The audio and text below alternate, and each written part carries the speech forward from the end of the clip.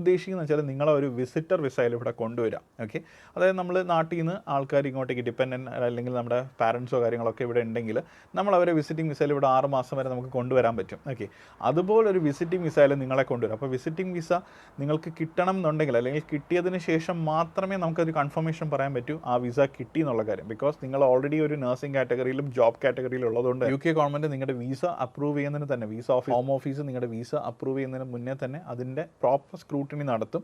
കാര്യം നിങ്ങൾ തിരിച്ച് ഈ കൺട്രിയിൽ നിന്ന് പോകാൻ ചാൻസ് ഉള്ളവരാണോ, വെറുതെ വിസിറ്റിങ്ങിന് വരുന്നതാണോ എന്നുള്ള സോളിഡ് ഇൻഫർമേഷൻസും കാര്യങ്ങളെല്ലാം കാണിച്ചിട്ടുണ്ടെങ്കിൽ മാത്രമേ നിങ്ങളുടെ visiting visa first of all approve ആവുകയുള്ളൂ. ഓക്കെ, ഇനി അപ്രൂവ് ആയി കഴിഞ്ഞു എന്ന് വെച്ചാൽ ഇനി നിങ്ങൾ ഇവിടെ വന്നു കഴിഞ്ഞാൽ അവർ പറയുന്ന നെക്സ്റ്റ് സ്റ്റെപ്പ് അല്ലെങ്കിൽ നിങ്ങൾ ചെയ്യേണ്ട നെക്സ്റ്റ് സ്റ്റെപ്പ് എന്ന് വെച്ചാൽ നിങ്ങൾ ഇവിടെ അക്കോമഡേഷൻ കണ്ടുപിടിക്കണം. ഓക്കെ, അപ്പോൾ എന്തിനാണ് നിങ്ങൾ ഇങ്ങോട്ട് വരുന്നത് അല്ലെങ്കിൽ ഈ ഒരു സെൽഫ് സ്പോൺസർഷിപ്പ് കൊണ്ട് അവർ ഉദ്ദേശിക്കുന്നത് കാര്യം ഈ ഒരു വിസിറ്റിംഗ് വിസയിൽ നിങ്ങൾ ഇവിടെ വന്നു കഴിഞ്ഞ് ഇവിടെ നിന്നുകൊണ്ട് തന്നെ നിങ്ങൾ എന്ത് ചെയ്യുക, നിങ്ങളുടെ ഓസ്കി എഴുതുക എന്നുള്ളതാണ് മെയിൻ തിങ്. കാര്യം നാട്ടിൽ നിന്നുകൊണ്ട് നിങ്ങൾക്ക് OET IELTS CBT നിങ്ങൾക്ക് ക്ലിയർ ചെയ്യാം.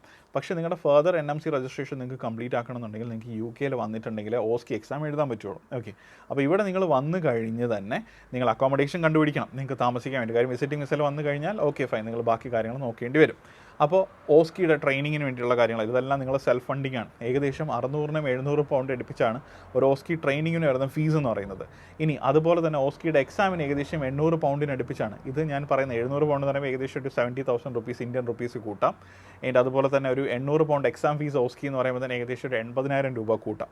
അപ്പോൾ ഇപ്പോൾ തന്നെ നിങ്ങൾക്ക് ടോട്ടൽ എത്ര ആയി എന്നുള്ള കാര്യം ഊഹിക്കാം എന്തായാലും ഈ രണ്ടും കൂടെ ആയപ്പോൾ. ഇനി ഓരോ ദിവസത്തെ നിങ്ങളുടെ ചിലവ് അക്കോമഡേഷന് വേണ്ടിയിട്ട് ഒരു മിനിമം ഞാൻ 50 പൗണ്ട് വെച്ച് വിടുകയാണ്. നിങ്ങൾ ഇവിടെ വന്നു കഴിഞ്ഞ് ഒരു Airbnb പോലത്തെ ഒരു സംഭവം എടുക്കണേ ഒരു 50 to 100 പൗണ്ടിനുള്ളിൽ നിങ്ങൾക്ക് പെർ ഡേ എന്നുള്ള രീതിയിൽ നിങ്ങൾക്ക് താമസിക്കാനുള്ള രീതിയിലുള്ള സംഭവം കിട്ടും. അത് നിങ്ങൾ വന്നു കഴിഞ്ഞ് എന്തായാലും ഒരു 2 to 3 വീക്സ് എങ്കിലും എടുക്കും നിങ്ങളുടെ ട്രെയിനിങ് കംപ്ലീറ്റ് ആക്കി. സാധാരണ പറയുന്ന എല്ലാ ഒരു 3 ആഴ്ചയോ 4 ആഴ്ചത്തെ ട്രെയിനിങ് കാര്യങ്ങളാണ് ഓസ്കിക്ക് വേണ്ടിയിട്ട്. ചിലപ്പോൾ 2 ആഴ്ച അല്ലെങ്കിൽ 3 ആഴ്ച എന്തായാലും ഒരു ആവറേജ് 3 വീക്സ് വെച്ചോ. അപ്പോൾ പെർ ഡേ നിങ്ങൾ അത് തന്നെ ആകുമ്പോൾ എത്ര രൂപയാവണമെന്നുള്ള കാര്യം ഒന്ന് കൂട്ടാം. ഓക്കെ, ഇനി അതിന് ശേഷം ഓസ്കി നിങ്ങൾ ഫസ്റ്റ് അറ്റംപ്റ്റിൽ തന്നെ നിങ്ങൾ എഴുതി ഇൻ കേസ് ഇത്രയും സ്റ്റേഷൻസും ഇത്രയും മൊഡ്യൂൾസും ഉള്ളതിൽ നിങ്ങൾക്ക് ഏതെങ്കിലും ഒരു സംഭവം ഏതെങ്കിലും ഒരു സ്റ്റേഷൻ പോയിട്ടുണ്ടെങ്കിൽ വീണ്ടും 10 days എടുക്കും നിങ്ങൾക്ക് അടുത്ത എക്സാം ബുക്ക് ചെയ്യാൻ വേണ്ടിയിട്ടും.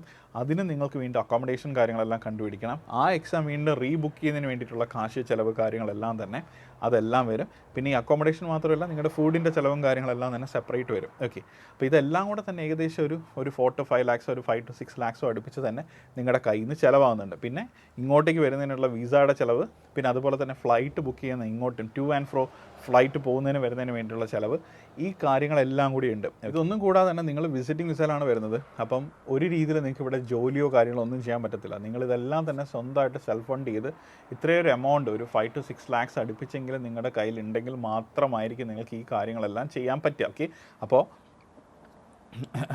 ഇതിൻ്റെ എല്ലാത്തിൻ്റെ ഒരു ഹൈലൈറ്റ് എന്ന് പറയുന്നത് തന്നെ ഈ ഒരു പാക്കേജും കാര്യങ്ങളെല്ലാം ശരി നിങ്ങൾക്ക് ഇനി അഫോർഡബിൾ ആണ്. 6 lakhs കാര്യങ്ങളെല്ലാം പറയുന്നുണ്ട്. ചിലപ്പോൾ അവർ 1000 പൗണ്ടോ 2000 പൗണ്ടോ ചിലപ്പോൾ നിങ്ങളടുത്ത് ചോദിക്കും.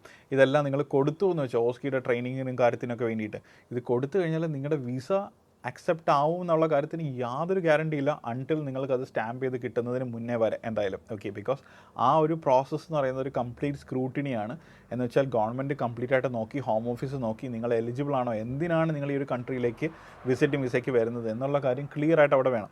അപ്പോൾ അതിലെന്തെങ്കിലും റിജക്ഷൻ ആയി കഴിഞ്ഞാൽ നിങ്ങൾ ഈ കൊടുത്ത കാശ് അത്രയും നിങ്ങളുടെ കയ്യിൽ നിന്ന് പോവുകയും ചെയ്യും. ഇങ്ങനത്തെ ഒരു പാത്ത് വേ എന്നുള്ളൊരു സംഭവം ഇതൊരു സെപ്പറേറ്റ് വിസ കാറ്റഗറിയോ കാര്യങ്ങളോ ഒന്നും തന്നെ അല്ല. ഇതിനെ ഒരു കൈൻഡ് ഓഫ് ഒരു പേരിട്ട് അവരങ്ങ് സ്ഥാപിച്ച് വിളിച്ചിരിക്കുന്ന ഒരു സംഭവമാണ് സെൽഫ് സ്പോൺസർഷിപ്പ് എന്നുള്ള സംഭവം. ഇതുകൊണ്ട് ഉദ്ദേശിക്കുന്നത് ഇത്രയേ ഉള്ളൂ. ഒരു വിസിറ്റിംഗ് വിസയിൽ നിങ്ങൾ വരുന്നു, കാര്യങ്ങൾ ചെയ്യുന്നു. ഇപ്പോൾ ഇനി ഇൻ കേസ് ഇപ്പോൾ നിങ്ങൾക്ക് ഫാമിലി ഉണ്ട്, UK ആൾക്കാരുണ്ട്, നിങ്ങളെ സപ്പോർട്ട് ചെയ്യാനും കാര്യങ്ങളൊക്കെ ഉണ്ടെന്ന് വെച്ചോ. അപ്പോൾ അങ്ങനെയാണെങ്കിൽ നിങ്ങൾക്ക് ശരി അവർ നിങ്ങളെ സപ്പോർട്ട് ചെയ്ത് നിങ്ങൾ ഡിപ്പെൻഡൻറ്റ് വിസയിൽ വരികയാണ്, നിങ്ങൾക്ക് ഓസ്കിയോ കാര്യങ്ങളൊക്കെ ചെയ്യാൻ പറ്റുകയാണ് എങ്കിൽ നിങ്ങൾക്കൊരു ബെറ്റർ ട്രൈ നടത്തുന്നതിന് കുഴപ്പമില്ല. കാര്യം ഇവിടെ വന്നു കഴിഞ്ഞ് ഓസ്കിയും കൂടെ കംപ്ലീറ്റ് ആകുമ്പോഴേ നിങ്ങൾക്ക് പിൻ നമ്പർ കിട്ടുന്നുള്ളൂ. കാര്യം ഇപ്പം മിക്കവാറുള്ള ആപ്ലിക്കേഷൻസിൽ നിങ്ങൾ കണ്ടിട്ടുണ്ടായിരിക്കും നിങ്ങൾക്കൊരു പിൻ നമ്പറും കൂടെ കിട്ടിയിട്ടുണ്ടെങ്കിൽ മാത്രമാണ് നിങ്ങൾക്ക് ഇവിടെ ഒരു NMC രജിസ്റ്റേർഡ് നേഴ്സായിട്ട് മാറാനായിട്ട് പറ്റുക, അല്ലെങ്കിൽ ആപ്ലിക്കേഷൻസ് അല്ലെങ്കിൽ ജോബിന് അപ്ലൈ ചെയ്യാനായിട്ട് പറ്റുക എന്തായാലും. ഓക്കെ, ആ പിൻ കിട്ടാത്തിടത്തോളം അവർ നിങ്ങളെ പ്രിഫർ ചെയ്യുകയില്ല. അല്ലെങ്കിൽ ന്യൂലി ക്വാളിഫൈഡ് നേഴ്സായിട്ടുള്ള അല്ലെങ്കിൽ ഇവിടെ SIF പാത്ത് വേയിൽ സീനിയർ കെയർസോ ഹെൽത്ത് കെയർസോ ഒക്കെ പിൻ നമ്പർ കിട്ടുന്ന ആൾക്കാരുണ്ട് ഇവിടെ, ഞാൻ ഒരുപാട് വീഡിയോസിൽ പറഞ്ഞിട്ടുള്ള പോലെ. അപ്പോൾ അങ്ങനെയുള്ളവർക്കായിരിക്കും കൂടുതൽ പ്രിഫറൻസ് പോകാം. കാര്യം നാട്ടിൽ വന്ന് ഇൻ്റർവ്യൂസ് നടത്തുന്നത് ഇപ്പോൾ വളരെ കുറഞ്ഞിരിക്കുകയാണ്. ഇനി ഉള്ള സമയത്ത് മേ ബി ചെറിയ രീതിയിലേക്ക് സ്റ്റാർട്ട് ചെയ്തേക്കാം, അത്രയേ ഉള്ളൂ. അപ്പോൾ അതിനെ മുതലെടുത്ത് കൊണ്ടാണ് ഇപ്പോൾ ഒരുപാട് ആൾക്കാരും മുന്നേക്ക് വന്നിട്ടുള്ളത്. അപ്പോൾ ഞാൻ പറഞ്ഞല്ലോ, ഇത് ഈ ഒരു സംഭവം ഉണ്ടോ എന്ന് ചോദിച്ചാൽ ഉണ്ട്, പല രീതിയിൽ നടത്തുന്നുണ്ട്. ഇപ്പം ഗൾഫ് കൺട്രീസിലും അല്ലെങ്കിൽ ബാക്കിയുള്ള സ്ഥലങ്ങളിൽ നിന്നൊക്കെ ആൾക്കാർ ചിലപ്പോൾ ഇവിടെ വന്ന് അവരുടെ രീതിയിൽ, കാര്യം അവർക്ക് വിസിറ്റിംഗ് വിസ അപ്രൂവ് ആകാനുള്ള ചാൻസസ് കൂടുതലാണ്. ഓക്കെ, അതേസമയം കമ്പയർഡ് ടു ഇന്ത്യയിൽ നിന്ന് നമ്മൾ ഇങ്ങോട്ട് വരുന്ന സമയത്ത് നിങ്ങളൊരു പ്രൊഫഷണൽ ആയതുകൊണ്ട് തന്നെ നിങ്ങൾക്ക് ആ വിസ കിട്ടിക്കഴിഞ്ഞാൽ ഉറപ്പായിട്ടും നിങ്ങൾക്ക് വന്നു കഴിഞ്ഞ് കാര്യങ്ങളൊക്കെ ചെയ്യാം, പ്രശ്നങ്ങളൊന്നുമില്ല. പക്ഷേ ഞാൻ പറഞ്ഞല്ലോ, ഇത്രയും ഒരു ഫണ്ടും കാര്യങ്ങളും ഒക്കെ നിങ്ങൾ എന്തെങ്കിലും ഒരു ട്രാൻസാക്ഷനോ ട്രാൻസ്ഫറോ കാര്യങ്ങളൊക്കെ നടത്തുന്നതിന് മുന്നേ ആലോചിക്കുക, അതൊരു പ്രോപ്പർ ഓപ്ഷൻ ആണോ എന്നുള്ള കാര്യം നോക്കിയതിന് ശേഷം മാത്രമേ ഫർദർ കണ്ടിന്യൂ ചെയ്യാവൂ. ഓക്കെ, അപ്പോൾ ഒരുപാട് പേര് എന്താണ് ഈ ഒരു സ്പോൺസർഷിപ്പ് പരിപാടി എന്ന് ചോദിച്ചിട്ട് എനിക്ക് മെസ്സേജുകൾ വന്നിട്ടുണ്ട്. അപ്പോൾ അതിന് ക്ലിയർ ആയിട്ടുള്ള ഒരു മറുപടിയാണ് ഈ ഒരു വീഡിയോ എന്ന് പറയുന്നത്. അപ്പോൾ നിങ്ങൾക്ക് നോക്കാം, ഞാൻ പറഞ്ഞ പോലെ ഇൻ ബിറ്റ്വീൻ ഇൻ്റർവ്യൂസ് കാര്യങ്ങളൊക്കെ ഇടയ്ക്ക് നടക്കുന്നുണ്ട്. അപ്പോൾ അതുകൊണ്ട് തന്നെ ഇതിനൊരു കൺഫർമേഷനോ ബാക്കി കാര്യങ്ങളോ ഇല്ലാതെ എടുത്ത് ചാടരുത് എന്ന് ഞാൻ പറയുള്ളൂ. പക്ഷേ ഞാൻ പറഞ്ഞ പോലെ നിങ്ങൾക്കിപ്പോൾ ഫാമിലി ഉണ്ട്, അവർക്ക് നിങ്ങളെ സപ്പോർട്ട് ചെയ്യാൻ പറ്റുകയാണ്, നിങ്ങൾക്ക് വേണമെങ്കിൽ ഒരു ട്രൈ നടത്തി നോക്കാം, ഒരു കുഴപ്പമില്ല. അതിൽ വിസ നിങ്ങൾക്ക് ഗ്രാൻഡഡ് ആവുകയാണെന്നുണ്ടെങ്കിൽ ഉറപ്പായിട്ട് നിങ്ങൾക്ക് വന്ന് നോക്കാം. ബിക്കോസ് നിങ്ങളെ സപ്പോർട്ട് ചെയ്യാനായിട്ടൊരു ഫാമിലി ഇവിടെ ഉണ്ട്, കാര്യങ്ങളൊക്കെ നിങ്ങൾക്ക് ഒന്ന് ട്രൈ ചെയ്ത് നോക്കാമെന്നുണ്ടെങ്കിൽ ഓഫ് കോഴ്സ് നിങ്ങൾക്ക് എന്തായാലും ചെയ്യാൻ പറ്റുന്നതേ ഉള്ളൂ. കാര്യം അതിനിടയിൽ നിങ്ങൾക്ക് വേണമെങ്കിൽ ഇൻ്റർവ്യൂസ് അറ്റൻഡ് ചെയ്യാൻ പറ്റും വേണമെങ്കിൽ. ഓക്കെ, അപ്പോൾ അതൊരു പോസിബിലിറ്റി തന്നെയാണ്. പക്ഷേ ഞാൻ പറഞ്ഞ പോലെ നിങ്ങൾ സെൽഫായിട്ട് ഫണ്ട് ചെയ്തൊരു റിസ്ക് എടുക്കാൻ പോകുന്നതിന് മുന്നേ ആണെന്നുണ്ടെങ്കിൽ ഉറപ്പായിട്ട് നിങ്ങൾ ചിന്തിച്ച് കഴിഞ്ഞതിന് ശേഷം മാത്രം ചെയ്യുക എന്തായാലും. അപ്പോൾ ഇത് നിങ്ങൾ മാക്സിമം എല്ലാവരിലേക്കും നിങ്ങൾ ഷെയർ ചെയ്യുക. ഞാൻ പറഞ്ഞ പോലെ ഈ ഒരു ഡിസിഷനിലോട്ട് നിങ്ങൾ ചാടുന്നതിന് മുന്നേ, അല്ലെങ്കിൽ ഇങ്ങനൊരു സംഭവത്തിലോട്ട് നിങ്ങൾ പോകുന്നതിന് മുന്നേ വീണ്ടും ആലോചിക്കുക, അതിനുശേഷം മാത്രം കാര്യങ്ങളെല്ലാം നോക്കുക. അതുപോലെ തന്നെ നിങ്ങളിപ്പോൾ എല്ലാവരും അറിഞ്ഞ പോലെ തന്നെ അയർലാൻഡിൻ്റെയും പ്രോസസ്സിങ് കാര്യങ്ങളൊക്കെ അവർ ചെറിയ രീതിയിൽ റെസ്യൂം ചെയ്യാനായിട്ട് സ്റ്റാർട്ട് ചെയ്യുന്നത്. അവിടെ ഒരു ഫ്രീസ് ഉണ്ടായിരുന്നു, പക്ഷേ ഇപ്പോൾ ചെറിയ രീതിയിൽ റെസ്യൂം ചെയ്യാനായിട്ട് തുടങ്ങിയിട്ടുണ്ട്. അപ്പോൾ നിങ്ങൾക്ക് വേണമെങ്കിൽ പാരലലി നിങ്ങൾക്ക് പ്രോപ്പറായിട്ടുള്ള ഏജൻസീസിനെയോ അല്ലെങ്കിൽ NMBI ചെയ്ത് കൊടുക്കുന്ന ആൾക്കാരെയോ നിങ്ങൾക്ക് കോൺടാക്ട് ചെയ്ത് നോക്കാം.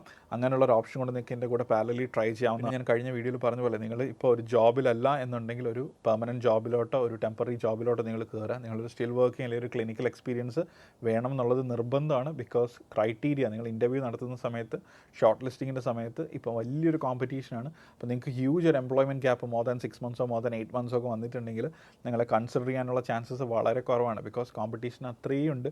വർക്ക് ചെയ്യുന്നതിൻ്റെ ഇടയിലുള്ള ആൾക്കാരുടെ ഇടയിൽ വർക്ക് ചെയ്യാത്ത ഒരാൾ വരുമ്പോൾ നമ്മൾ പുറകിലേക്ക് പോകാനാണ് ചാൻസ് ഉള്ളത്. ഓക്കെ, അപ്പോൾ പല ഓപ്ഷൻസും നിങ്ങൾക്ക് ട്രൈ ചെയ്യാം. ഞാൻ പറഞ്ഞ പോലെ മിഡിൽ ഈസ്റ്റിലേക്കുള്ള ജോബ്സ് ഉണ്ട്, നാട്ടിലേക്കുള്ള സെൻട്രൽ ഗവൺമെൻറ് ജോബ്സും കാര്യങ്ങളൊക്കെ ഉണ്ട്.